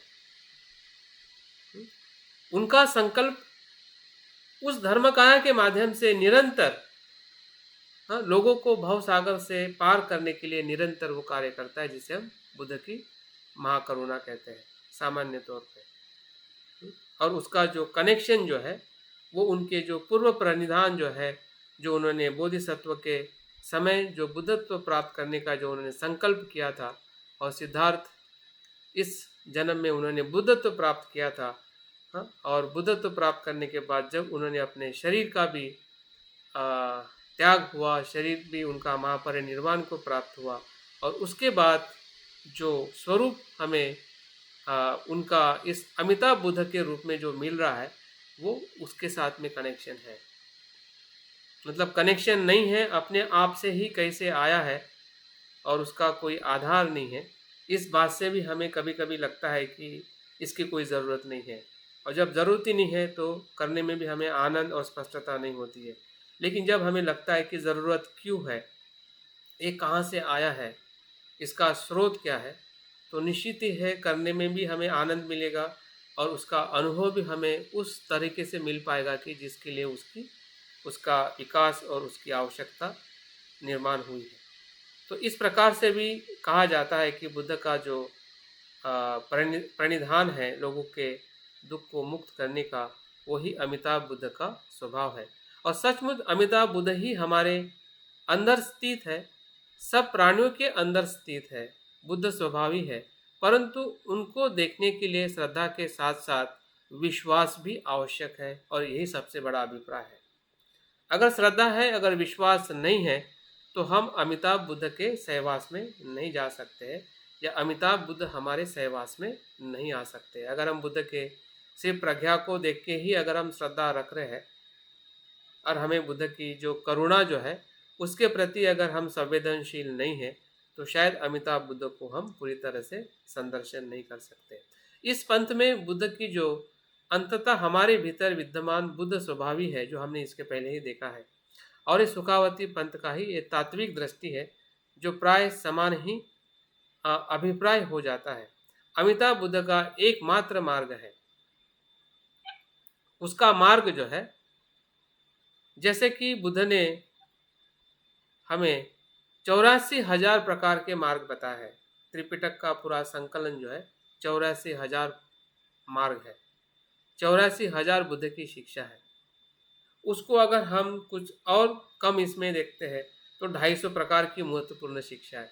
उससे उसको थोड़ा और कम करते हैं तो 3 प्रकार की बुद्ध की महत्वपूर्ण शिक्षा है, जिसे शील समाधि प्रज्ञा कहते हैं। उसको और कम करते हैं तो ऐसा कहते हैं कि बुद्ध की जो अनुस्मृति जो है, बुद्ध धम्म संघ की, और उसके बाद में भी जो 3 और स्मृति है, वो और हमें समीप ले जाते हैं। तो बुद्ध धम्म संघ से भी बुद्ध की जो अनुस्मृति है और समीप ले जाती है। मतलब 84,000 शिक्षा का सार अगर कहीं पे हमें मिल सकता है, वो है बुद्धानुसति में। और यही बुद्धानुसति का आधार लेके ही जो सुखावती का जो पंथ बना है, कि अमिताभ बुद्ध के नाम का अगर हम स्मरण करते हैं, लेकिन शुद्ध मन से और स्पष्टता से, तो वही नाम जो है, वही बुद्ध का मंत्र जो है। क्योंकि मंत्र, नाम और स्मरण ये कुशल कर्म है, और कुशल कर्म से हमें पता है कि कुशल कर्म का परिणाम भी कुशल होता है। लेकिन ये कुशल कर्म ऐसा है कि वो बुद्ध के करुणा के समीप ले जाता है, और ऐसा लेके जाता है कि उसमें किसी भी प्रकार से जो हमारे कर्म का जो बंधन जो है वो वहाँ पे टूट जाता है। और जहाँ पे कर्म का बंधन टूट जाता है, तो वही कर्म बुद्ध के समीप ले जाता है। क्योंकि बुद्धानुसति का कर्म जो है वो आसक्ति से कर ही नहीं सकते, क्योंकि उसमें आसक्ति का विषय ही नहीं है। जब हम बुद्ध को स्मरण करेंगे तो उसमें आसक्ति कैसी हो सकती है। लेकिन हम किसी और का भी स्मरण करेंगे, सांसारिक वस्तु का, तो उसमें आसक्ति है, हर विषय में आसक्ति है। या इवन हम कुशल कर्म करते, उसमें भी हमारी आसक्ति होती है। दान हो, शील हो, या किसी भी ध्यान हो, तो उसमें भी हमारी एक आसक्ति बनी रहती है उस कर्म को पकड़ने की। लेकिन बुद्धानुसति में आसक्ति भी रखोगे तब भी फायदा है, क्योंकि वो आसक्ति आपको करुणा में ही लेके जाएगी। वो आसक्ति आपको संसार में लेके जा ही नहीं सकती है, क्योंकि आप बुद्ध को स्मरण कर रहे हैं, बुद्ध का नाम ले रहे हैं, और बुद्ध जो है वो अनासक्त है। तो ये पूरे शिक्षा का जो निचोड़ जो है, हर एक शिक्षा हमें बुद्धत्व के तरफ ले जाती है। लेकिन सभी लोग सभी शिक्षा का, और इसलिए इसी ही मंत्र को या इसी ही मार्ग को शील समाधि प्रज्ञा में भी उसको कहा गया है कि शील ही मंत्र है, शील ही समाधि ही मंत्र है, और प्रज्ञा ही मंत्र है। जो शील समाधि प्रज्ञा अलग अलग है, तो मंत्र ही या नाम ही शील है, नाम ही समाधि है, और नाम ही प्रज्ञा है। मतलब शील का भी आचरण करना है तब भी नाम से हो सकता है, समाधि का भी अगर आचरण करना है तब भी नाम से हो सकता है, और प्रज्ञा का भी अनुभव करना है तब भी नाम से हो सकता है। तो उसका जो मार्ग जो है वो नाम का स्मरण करना है, नाम के साथ में उसका संपर्क बना रहना है। और इसके बहुत सारे उदाहरण हमें बुद्ध के समय में भी मिलते हैं। अमिताभ बुद्ध का नाम ना? हाँ, नाम माने अमिताभ बुद्ध का नाम? हाँ हाँ हाँ, अमिताभ बुद्ध का नाम हो या बुद्ध का नाम हो, आप नमो बुद्धाय करके भी उस अवस्था में जा सकते हैं, अमिताभ बुद्ध कह के भी उस अवस्था में जा सकते हैं, लेकिन उस नाम स्मरण का जो अनुभव जो है वो महत्वपूर्ण है। पोपट की तरह नाम स्मरण नहीं है, भावना से। पूरी भावना और विश्वास के साथ। हाँ, आपकी जो स्पष्टता और श्रद्धा और विश्वास जो है, आपको कनेक्टिविटी पता चलनी चाहिए कि मुझे इससे कहाँ कनेक्ट होना है, ये कहाँ से आया है। ये शाक्यमुनि बुद्ध का ही प्रतिरूप है या उसका पारमार्थिक स्वरूप है, जिसको मैं मंत्र पठन के माध्यम से या बुद्ध के साधना के माध्यम से उसको मैं अनुभव कर रहा हूँ। तो ये चीज़ें ही हमें सुखावती मार्ग की तरफ या निर्वाण के मार्ग की तरफ आगे लेके जा सकती है। तो इस अर्थ से अगर हम इस सुखावती लोक को देखते हैं, और इसलिए उसकी जो सत्यता जो है या सुखावती को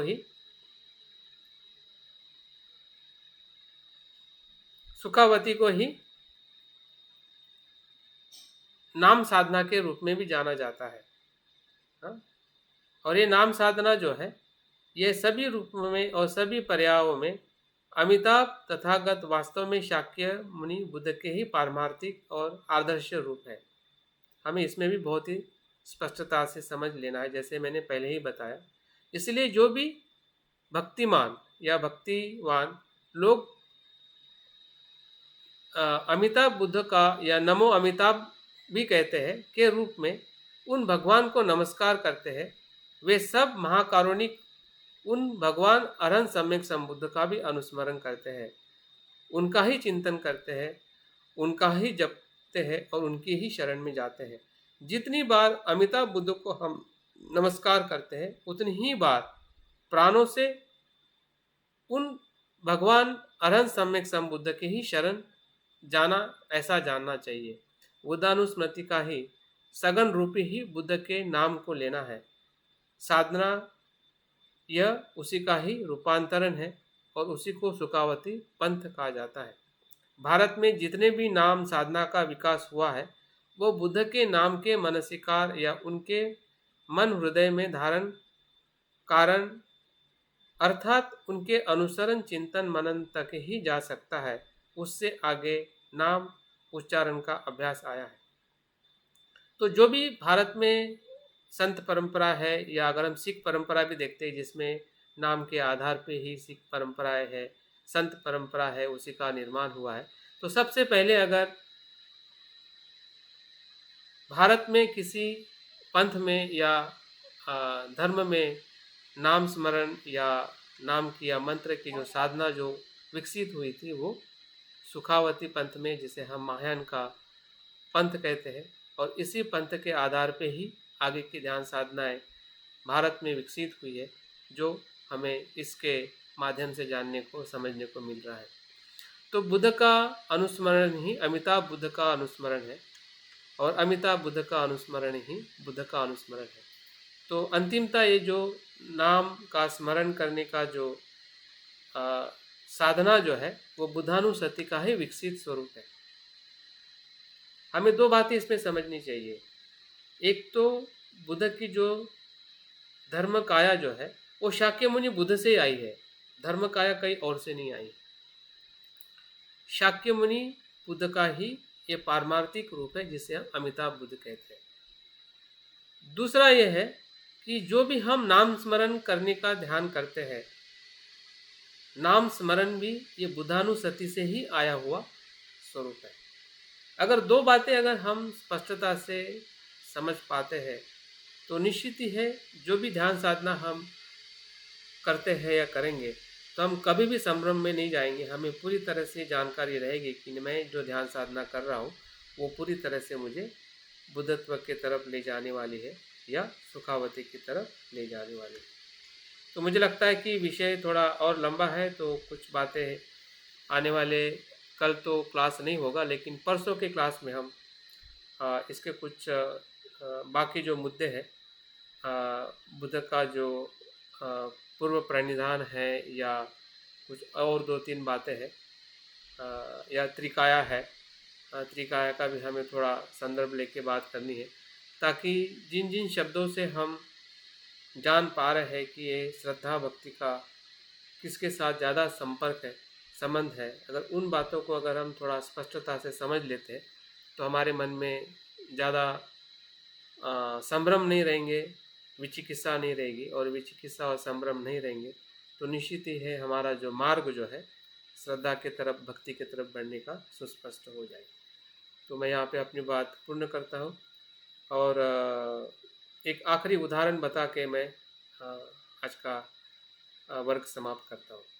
अगर आपने कहीं पे पढ़ा है, सुत्त निपात में एक सुत्त निपात की एक अट्ठकथा के वर्णन में जो पिंगीय मानव नाम का जो बुद्ध का शिष्य जो था वो 120 ईयर्स का था। वो इतना बूढ़ा हो चुका था और इतना दुख में था और बुद्ध को वो मिल नहीं पा रहा था, क्योंकि बुद्ध श्रावस्ती में रहते थे और ये कहीं नर्मदा नदी के आसपास कई आश्रम में रहता था। लेकिन बुद्ध के धम्म के प्रति वो बहुत ही ग्रहणशील था, बुद्ध के नाम को हमेशा स्मरण करता था।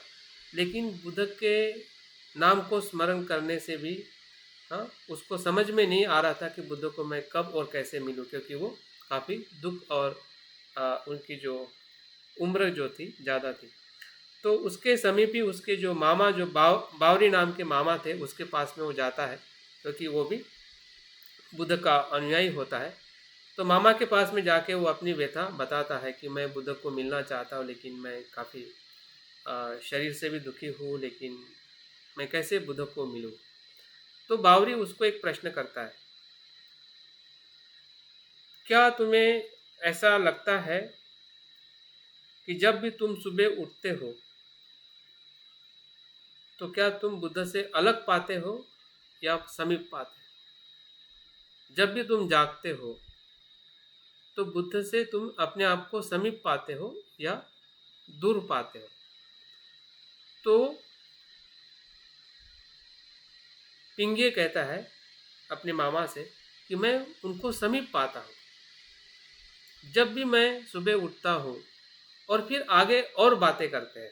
एक बात प्रश्न करने के बाद में पिंगे और आगे बात करता है कि मैं मुहूर्त भर उनसे अलग नहीं रहता। मुहूर्त भर मतलब एक क्षण के लिए भी उससे मैं अलग नहीं रहता। उनकी बुद्धानुस्मृति इतनी स्ट्रांग हो जाती है, और देखो वो बुद्धानुस्मृति क्या परिणाम देती है। आगे वो कहता है, मैं रात दिन अप्रमत्त रहता हूँ और अपने मन से जैसे कि अपनी आंखों से ही उन्हें देखता हूँ ऐसा लगता है। मैं उन्हें नमस्कार करता हूँ, रात्रि में वास करता हूँ, इसलिए मानता हूँ कि मैं उनसे कभी अलग नहीं होता। मेरी श्रद्धा, मेरी प्रीति, मेरा मन, स्मृति गौतम के शासन से कभी अलग नहीं होती।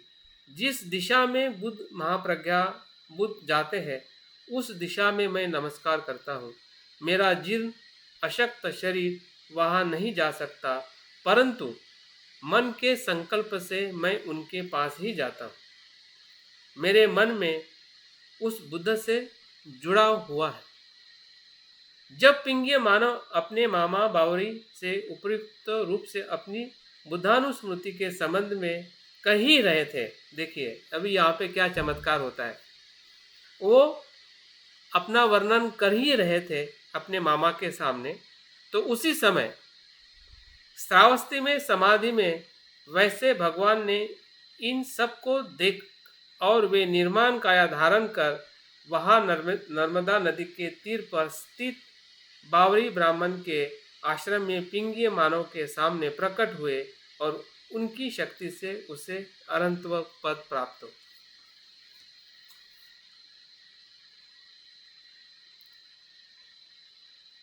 तो बुद्धानुस्मृति और अभी जो हम अमिताभ स्मृति जो करते हैं, अमिताभ बुद्ध की जो ध्यान साधना अभी हम करते हैं, करेंगे, तो जैसे पिंगे के साथ में हुआ है वैसे ही हम सभी के साथ में हो सकता है। ये मेरा उदाहरण नहीं है, जो भी जितने भी महान आचार्य हुए हैं उसका भी उनके वचनों में भी यही आता है, क्योंकि उन्होंने बुद्ध को के उस धर्म काया के रूप को स्मरण किया और उस मूर्ति के साथ में उसका अनुभव किया, तभी जाके उनको बुद्ध का दर्शन होता है या हुआ है। तो पिंगिये एक प्रकार से हमारे लिए उदाहरण है कि बुद्धानुस्मृति से जो बुद्ध जो श्रावस्ती में बैठे थे, उनकी मन की अवस्था को जानकर वहाँ पे वो करुणा से मदद करने के लिए अपने रूप को धारण करके वो उनको अनंत पद प्राप्त करा दिया। तो ये कहने सुनने में थोड़ी एक अस्वीकारनीय बात रह सकती है, लेकिन अगर हम अस्वीकारनीय है इसलिए हम नहीं हुई है कि नहीं हुई होगी ऐसा नहीं कह सकते। इतना ज़रूर कह सकते हैं कि मेरे लिए इसलिए अस्वीकारनीय है क्योंकि मेरा मन अज्ञान में है, मेरी क्षमता नहीं है उसको देखने की और स्वीकार करने की। लेकिन वो तो बुद्ध का मन है, और बुद्ध के मन में जो शुद्धता होती है, जो उनका बल होता है और उनकी जो करुणा होती है, विशेष यहाँ पे हमें ध्यान रखना है कि बुद्ध की जो अनुकंपा उस पिंगीय उस साधक के लिए थी या भिक्षु के लिए थी, ताकि वो भवसागर से पार हो जाए। तो ये सभी के लिए है, सिर्फ भिक्षु के लिए नहीं, सभी उपासक उपासिका संसार के सभी जीव मात्रा के लिए। लेकिन हमें भी अपनी श्रद्धा को अगर हम विकसित करते हैं तो निश्चित है उसका लाभ ज़्यादा से ज़्यादा और जल्दी से जल्दी हमारे जीवन में हमें मिल सकता है, और हम बुद्ध के सहवास में जाके हम सुख से निर्वाण की तरफ जाने का जो आनंद है उसका हम अनुभव ले सकते हैं। तो बहुत बहुत साधुवाद। थोड़ा समय 15 मिनट ज़्यादा हुआ है, तो लेकिन जो विषय को जो बताना था उसके अनुसार ये उदाहरण बहुत महत्वपूर्ण था। तो यहाँ पे मैं अपनी बात समाप्त करता हूँ। जय भीम, नमो बुद्धाय। जय भीम, नमो बुद्धाय। बहुत बहुत